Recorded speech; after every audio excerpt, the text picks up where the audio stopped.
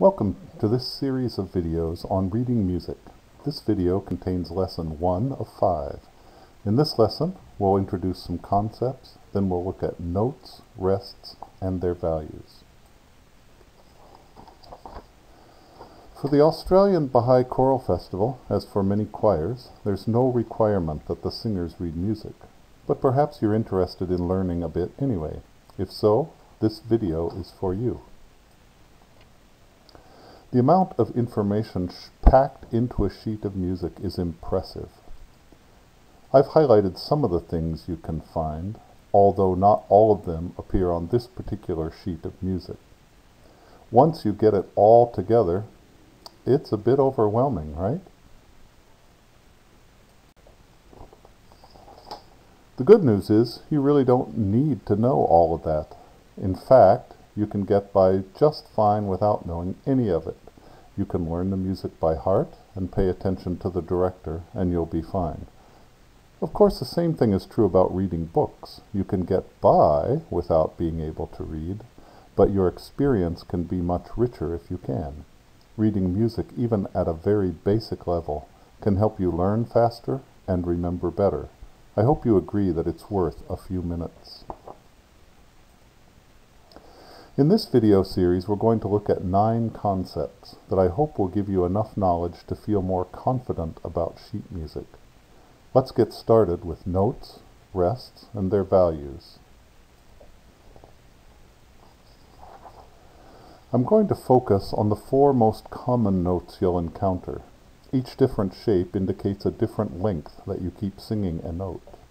The plain empty circle, with no line attached, is sung for twice as long as the empty circle with a line attached. And that one is sung for twice as long as the filled circle with a plain line attached, and so on.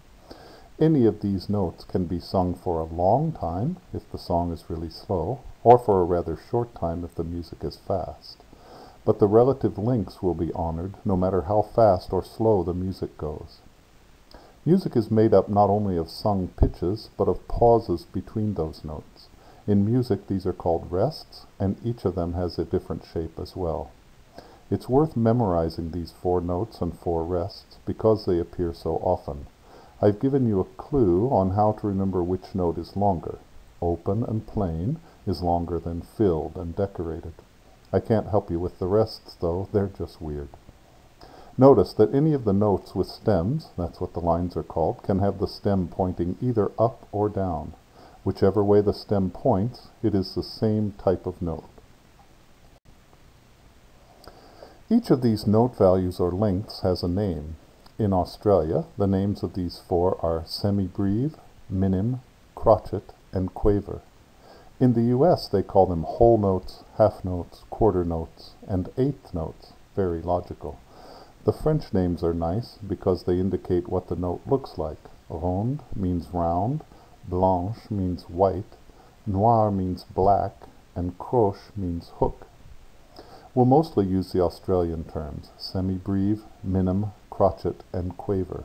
There are other types of notes as well, such as the breve, the semi-quaver, and even the hemi-demi-semi-quaver. But none of these are as common as the 4 here, and that's probably already a lot to remember.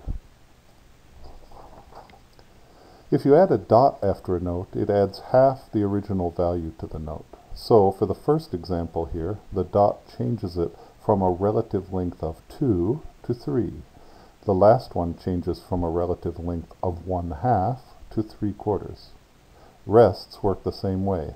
I'm not a fan of using dots after rests, but you are likely to see it sometimes, so it's good to know what it means. You'll occasionally see 2 dots following a note. The second dot adds half of what the first dot added.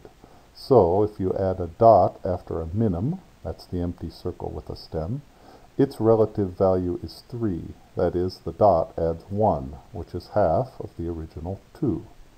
If you add a second dot, that second dot will add a half, which is half of what the first dot added. So the entire note value becomes 3.5. If you get music, though, that was photocopied from a photocopy of a photocopy, you're likely to see all sorts of dots on the page, and you'll just need luck to figure out which ones mean something. As I mentioned before, when you sing, the various notes maintain their relative lengths. So if you sing a semibreve or whole note, one of those empty circle notes, followed by a minim or half note, one of the empty circles with a line, and the first note lasts for 4 seconds, the shorter note should last 2 seconds. At that speed, a quaver, or eighth note, the ones at the bottom with the flags, would then last for only half a second, so you could sing 8 of them in the time that it takes to sing one semibreve.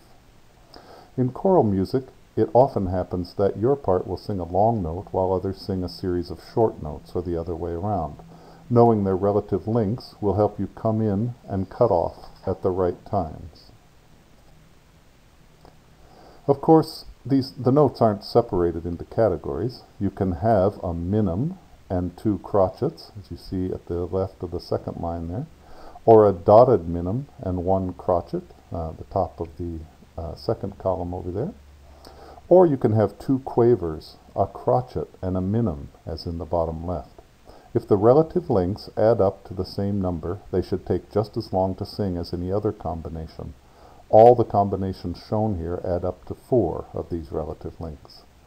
Note those little flags on the shortest notes, shortest length notes. Those are the quavers. When you have a series of those, one after another, they often join their flags together into what is called a beam, so 2 or more of them are connected, but they're still the same notes as before. Music often requires us to rest between notes. A rest takes up the same relative length as its counterpart note, so if you sing a passage that has some rests, it should take just as long as if you sang notes in those spots. The rests use the same names as the notes, so they are called semibreve rests, minim rests, crotchet rests, and quaver rests. Thanks for watching this first of 5 lessons on reading music.